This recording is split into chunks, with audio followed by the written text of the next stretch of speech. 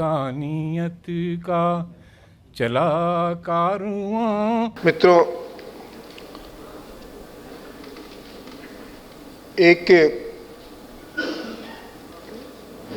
Feel देने के लिए, एक पूरी जानकारी, एक सिलसिलेवार तरीके से जानकारी देने के लिए मैं कुछ घटनाएं सुनाता हूं, कुछ डॉक्यूमेंट है, उसके कुछ हिस्से में सुनाता हूं आपको, ताकि एक जो हम लोग आज के 2, 4, 5, 10 वर्षों के हालात जो बने हैं उन पर जो बातचीत फोकस हो गई है उससे थोड़ा निकले हम लोग। कोई नई बात हम लोग नहीं कर रहे हैं, ये बात पहले भी हमारे जो वक्ता है वो उन्होंने कही, कोई नई बात हम नहीं कर रहे हैं, लेकिन आज ये बात करनी पड़ रही है। तो मैं एक कागज मुझे मिला अभी आर्काइव से, जिसमें कि कश्मीर के हालात के बारे में बताया गया है कि कश्मीर में जो पूरा जो ताना बाना है सोसाइटी का, सामाजिक जो ताना बाना है वो कितना गुथा हुआ है, कितना मिक्स है कि उसको आप नामुमकिन सा है कि इसको आप कहीं से भी आइडेंटिफाई कर पाएँ कि ये एक खास धार्मिक समूह से ताल्लुक़ रखने वाला हिस्सा है, ये खास धार्मिक समूह से ताल्लुक़ रखने वाला हिस्सा है। तो मैं उस डॉक्यूमेंट का ही, बहुत लंबा है लेकिन मैं छोटा छोटा ये फील देने के लिए, महसूस करने के लिए आपको, और पूरा एक आपके सामने एक हिस्ट्री आ जाए इस पूरी डिबेट का, उसको बताने के लिए कि पहली नज़र में कश्मीर के हिंदू मुसलमानों के बीच फ़र्क कर पाना बेहद मुश्किल है, यानी कि उन्हें अलग करके मुसलमान और हिंदू खांचे में डालकर नहीं पहचाना जा सकता, न रंग के आधार पर, ना ही नए नक्श और बरतने वाले कपड़ों के ढंग पर। नाम के साथ लगाए जाने वाले सरनेम जरूर अलग पाए जाते हैं, इसके बावजूद जाति सूचक शब्दों में दोनों में ही समानता मिलती है।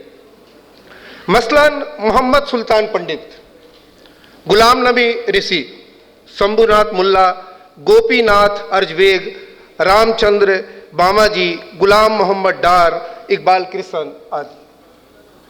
इन दोनों के कई नाम भी एक जैसे पाए जाते हैं, खासतौर पर संभवतः वो सब जिनकी जड़ें संस्कृत या अरबी से नहीं है, जैसे कश्मीरी महिलाओं का एक प्रचलित नाम जून, जिसका अर्थ चांद होता है।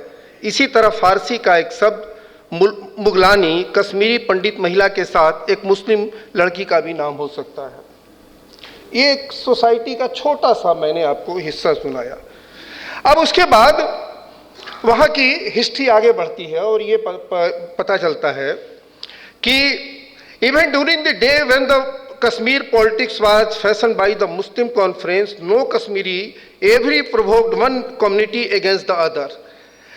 There has never been a communal rights in the valley and the harmony was not broken by the local people even when Muslim raiders came from the across Pakistan in 1947, or even when the infiltrating throngs came with all the equipments and provocation in 1965।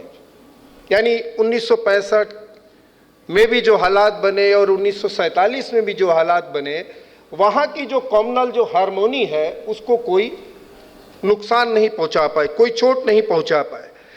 The Muslim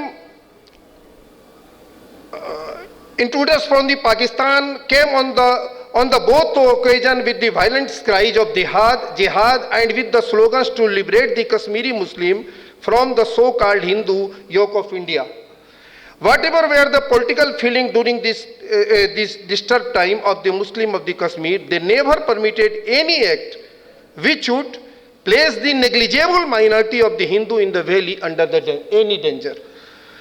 Currently, whatever some political leader in Kashmir may be propagating, or whatever instigation might be coming from across the border, the communal harmony remain as stable as before, and the Kashmiri continue to be a person of firm belief in the genuine secularity. ये दूसरा हिस्सा, और last एक का हिस्सा एक और है। There are dozen of pro-Indian newspaper in the state. If some of the voice criticism against the, ये वैली की बात हो रही है, केवल कश्मीर की। There are the dozen of the pro-Indian newspapers in the state, and some of these, they voice criticism against the local or the central government. It is as unfair to misunderstand their bona fides and loyalties to the nation as would be anywhere else in the country. They have right to raise their voice against any unhealthy trend of the politics or in the Indian society as anybody else in the rest of the country has, if they feel distress. For instance, over the communal incident in Indian towns, it is within their rights to feel so. Their distress in this regard is perhaps more continued than is felt elsewhere, since the history of Kashmir continue to be unblemished in communal history. ये है वहाँ के अखबारों के बारे में भी कि कश्मीर में कभी दंगा नहीं हुआ, जबकि वहाँ पर बहुत छोटी संख्या में हिंदू थे और पंडित वहाँ मुसलमान और हिंदू दोनों लोग आते थे।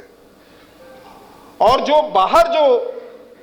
बाहर का मतलब साफ जो कम्युनल राइट्स का इतिहास मिलता है, ये नॉर्थ इंडिया का, यहाँ का इतिहास मिलता है कि यहाँ कम्युनल राइट्स हो रहे हैं और यहाँ जो कम्युनल राइट्स हो रहे हैं उसकी खबर वहाँ दी जाती है। ये हिस्ट्री एक तरह से आती है।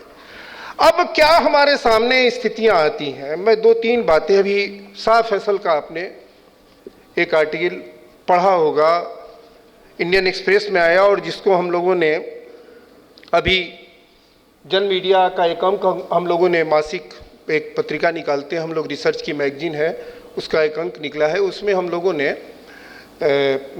शाह फैसल का वो जो इंडियन एक्सप्रेस में एक आर्टिकल छपा था उसका हम लोगों ने तर्जुमा छापा है, जिसमें वो कह रहे हैं कि ये जो चैनल्स हैं, न्यूज़ चैनल्स, हर घंटे कश्मीर को भारत से दूर ढकेल रहे हैं। एक तो ये उदाहरण जिसकी चर्चा ये कर रहे थे जी न्यूज़ की, और डिटेल्स में है, मेरे पास चूँकि कहने के लिए बहुत सारी बातें हैं और 15 मिनट का वक्त है, उसमें बहुत सारी बातें डिटेल्स में नहीं कह पाऊँगा, बस मैं पॉइंट्स आपको बता रहा हूँ। दूसरा, आपने इफ्तिकार गिलानी की किताब अगर पढ़ी हो, जो कश्मीर से ताल्लुक़ रखते हैं लेकिन दिल्ली में हैं, बड़े पत्रकार हैं और आजकल DNA अखबार में वो काम करते हैं, जो जी न्यूज़ का ही एक हिस्सा है। उन्होंने जब उनके खिलाफ चार्जेज यहाँ लगाए गए, गलत चार्जेज लगाए गए और जिस तरह चैनलों ने उनको भगोड़ा साबित किया और तमाम बातें कहीं, उसके बाद जो तिहाड़ जेल में रहे उसकी वो घटनाओं की चर्चा कर रहे हैं और उसमें ये बताते हैं एक आतंक का माहौल कि जिस दिन उनके जेल में दैनिक जागरण पहुंच जाता है, दैनिक जागरण में कोई खबर किसी तरह की इधर उधर देश की जो खबर है अगर उसमें आतंक की चर्चा है, मुसलमान की चर्चा है, तो कैसे उनकी रूह कांप जा रही है कि अखबार आ गया है और पता नहीं अब जिन जिन के हाथों में अखबार जाएगा वो मेरे साथ अब क्या सलूक करेंगे। ये एक टेरर एक अखबार किस तरह से क्रिएट करता है, उसका बहुत ही खूबसूरती से इफ्तिकार गिलानी ने उसकी चर्चा की है। तो इस तरह से मैं दो तीन बातें जो कहना चाहता हूं कि जो पूरी जो यात्रा हमारी अभी रही है, अगर हम पूरी जर्नी को देखें तो उस जर्नी में कश्मीर के हालात में आज मीडिया का जो रोल है, अभी लेटेस्ट एक IBN 7 के एक रिपोर्टर ने वहाँ इस्तीफा दिया और क्या कहा, और ये कहा कि आप कहते हैं ग्राउंड रियलिटी को रिफ्लेक्ट करता है, इससे बड़ा झूठ आज के लिए हो ही नहीं सकता है। ग्राउंड रियलिटी को रिफ्लेक्ट करता ही नहीं है। वो जो तय करता है कि ये ग्राउंड रियलिटी है, वो जो तय करता है उसको वो बताता है, वही ग्राउंड रियलिटी है। वो जो तय करता है, ग्राउंड रियलिटी रियल में जो है वो ग्राउंड रियलिटी नहीं है उसके लिए। उसने क्या कहा कि जो ग्राउंड रियलिटी है अगर मैं उसकी एक भी रिपोर्ट दे रहा हूं तो वो रिपोर्ट नहीं आ रही है। कहा जा रहा है कि आपको अगर रिपोर्ट देनी है तो आप सेना के बारे में दीजिए, ढूंढिए, कहीं से खबर ढूंढिए।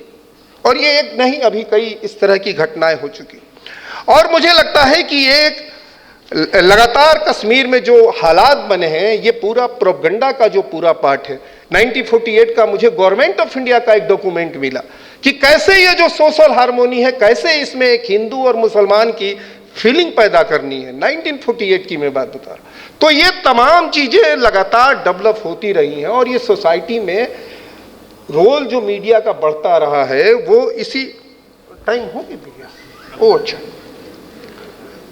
अच्छा खैर, तो कोई बात नहीं, मैं 5-7 मिनट और लेता हूँ, फिर मैं अपनी बात को समेट लेता हूँ। तो इस तरह से मैं ये कहने को, ये कोई नई बात नहीं है जितनी भी बातें हो रही हैं। और दूसरी बात है कि हम केवल और केवल बात कर रहे हैं 8-10 चैनलों के बारे में और 15-20 अखबारों के बारे में, यानी कि देश के 4-5 घरानों के बारे में। हम तमाम मीडिया का मतलब क्या, 1 लाख अखबारों के बारे में बात नहीं कर रहे हैं। आप मीडिया शब्द का इस्तेमाल कर रहे हैं, लेकिन रोल तो 4-5-6 चैनलों का है भाई मेरे, जो पूरी सोसाइटी को जिस हालात में पहुंचाए हुए है। रोल तो 8-10-15 अखबारों का है। और वो रोल क्यों बड़ा है, ये रोल मैं एक बात और बता दूं, एक घटना और सुना दूं, उससे शायद आपको पता चल जाएगा कि ये रोल कैसे आयात किया जा रहा है। आयात किया जा रहा है ये एक और ये आप लोग, अगर हम लोग इस तरह से बांट के देखें कि इलेक्ट्रॉनिक मीडिया और प्रिंट मीडिया में फर्क, तो मुझे लगता है कि बेसिक जो यहाँ की समस्या है, प्रॉब्लम्स है जर्नलिज्म की, उसको हम नहीं समझ पाएंगे।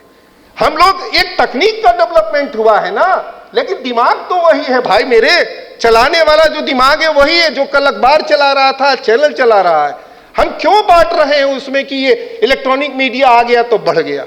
वो बढ़ेगा ही, तकनीक का विस्तार हो गया तो बढ़ेगा, लेकिन दिमाग वही है। इस बात को हमको ध्यान में रखना चाहिए। और ये बात जब हम बात करते हैं, अब खैर बात अब समेट लेता हूं मैं, तो मैं ये बात कर रहा हूं कि ये हालात नए नहीं है और ये लगातार, जैसे आजकल हम न्यूज क्रिएट करते हैं, हमारे समय में कभी भी न्यूज नहीं रहा कि एक मुसलमान जो है वो रामलीला में हनुमान का रोल कर रहा है। हमारे समय में ये खबर नहीं थी, ये खबर थी ही नहीं। लेकिन ये जो नई जो जमात आई, नए जो कैपिटल आई, उसमें ये खबर बनती है। ये कॉमनल हार्मोनी की खबर नहीं है, ये कॉमनल टेंशन की खबर है। ये हम लोग उसको कहते हैं कॉमनल हार्मोनी। देखिए अखबार जो है ये कॉमनल हार्मोनी की बात कर रहा है, नहीं, ये कॉमनल आपके भीतर एक फील पैदा कर रहा है कि आप अलग अलग हो। ये फील जो पैदा करना है, ये मुझे लगता है कि ये कॉमनलिज्म है, यही कॉमनलिज्म है। और ये फील पैदा बार बार करवाया जाता है सिंबल्स के जरिए, तमाम चीज़ों के जरिए। तो मैं ये कहने की कोशिश कर रहा हूं कि लगातार ये देखिए जो कॉरपोरेट कैपिटल आया है, जो पैसे आए हैं, अगर इस पर आप ध्यान नहीं देंगे, इसका जो मालिकाना है इस पर अगर ध्यान नहीं देंगे, इसको न्यूज चाहिए। और न्यूज कहां से क्रिएट करेगा? न्यूज क्रिएट करेगा जो आपकी ताकत है उसको डिवाइड करके उससे न्यूज क्रिएट करेगा। वो न्यूज नहीं है, वो न्यूज नहीं है, उसके लिए सामग्री है, उसको अपने को मजबूत करने के लिए और सोसाइटी को कमजोर करना। वो मजबूत तभी होगा जब सोसाइटी कमजोर होगी। वो मजबूत नहीं हो सकता है जब तक सोसाइटी कमजोर नहीं होगी। ये बात हमको और आपको ध्यान में रखनी पड़ेगी। और आपको मैं ये भी बताऊं कि दो तरह की स्थितियां हुई हैं। आप देखिए कि जो 8-10 घराने हो कितने पैसे वाले हो गए हैं, उनके सोशल हार्मोनी के नष्ट होने से उनकी आमदनी बढ़ती है, उनको नुकसान नहीं होता। बताइए कौन सा मीडिया हाउस आज ये हिंदी का अखबार वही चलाता है, चैनल वही चला रहा है, उर्दू का अखबार भी वही चला रहा है, सारे अखबारों में। सब देखिए उनके अखबारों को अलग अलग, चैनलों को अलग अलग देखिए तो आपको समझ में आएगा यार सब जगह से खेल रहा है ये। उर्दू में उर्दू की तरह खेल रहा है, हिंदी में हिंदी की तरह खेल रहा है, आपको ये दिखाई देगा। मैं आपको एक एग्जाम्पल बता रहा हूं। जैसे अभी एक अखबार, जब मैं ये अंक निकाल रहा था कश्मीर पर, तो एक लड़का जम्मू में काम करता था, उससे मैंने कहा कि कुछ अपने अनुभव तुम बताओ मुझे वहां के। एक अनुभव उसने बताया कि दैनिक जागरण में मैं काम करता था और एक बार मीरवाइज की तस्वीर छापी हम लोगों ने फ्रंट पेज पर। अखबार का मालिक वहां गया था, मैनेजर वहां गया था और उसको देखकर बोला कि ये लगता है कि ये तो श्रीनगर से अखबार निकला हुआ है, ये जम्मू का अखबार नहीं लगता है। हम लोग जब काम करते थे दैनिक जागरण में तो उसका मालिक हमें कहता था हिंदी की पत्रकारिता का मतलब हिंदू पत्रकारिता। वहां हमको कहा, ये मैं साफ कहता हूं। और ये जो जिस तरह से बाइफर्केशन करते हैं पैदा, ये केवल रिलीजियस नहीं है। आप इनको देख लीजिए, इनकी सोसाइटी में जो दलितों के खिलाफ जो पिछड़ों के खिलाफ, हम लोगों ने भी तमाम रिसर्च छापे पीएस कृष्णन के, बड़े बड़े यहाँ के जो पत्रकार है, बड़े बड़े हाउसेस के, उनकी एक एक बातों को उन्होंने बहुत ही उसको शोध किया और बताया कि किस तरह से माइंडसेट इनका जो बना हुआ है, ये डोमिनेट करने का माइंडसेट है। सोसाइटी में देखिए डोमिनेट करने का, एक था कंस्ट्रक्ट करने का दिमाग, और वो जो मीडिया में जो लोग थे सोसाइटी को कंस्ट्रक्ट करने वाले, वो हो गए अनप्रोफेशनल, वो हो गए एक्टिविस्ट, वो हो गए कमिटेड, वो हो गए ट्रेड यूनियनिस्ट, और दूसरे हो गए जो डोमिनेट करना चाहते थे सोसाइटी में, वो हो गए प्रोफेशनल, वो हो गए मेन स्ट्रीम। ये जो धारा है, इसीलिए आप देखिएगा कि तमाम छोटे छोटे अखबार बंद हो गए जो कॉम्युनल हार्मोनी की सचमुच बात करते थे, जो सचमुच में वो समाज को बनाने की बात करते थे। इसीलिए मुझे लगता है कि ये जो आज हमारा मीडिया का जो रोल है, उस नसीहत देने से बात नहीं बनेगी। नसीहत हम क्यों देंगे भाई, वो आप लगातार यहाँ नसीहत दे दीजिए, लेकिन नसीहत से बात नहीं बनती, और नसीहत हमें लगता है कि नहीं देनी चाहिए। हमको समीक्षा करनी चाहिए, हमको अध्ययन करके बातों को सबके सामने लाना चाहिए कि किस तरह से इनका रोल सोसाइटी को तोड़ रहा है। आपने मुझे सुना, समय दिया, शुक्रिया।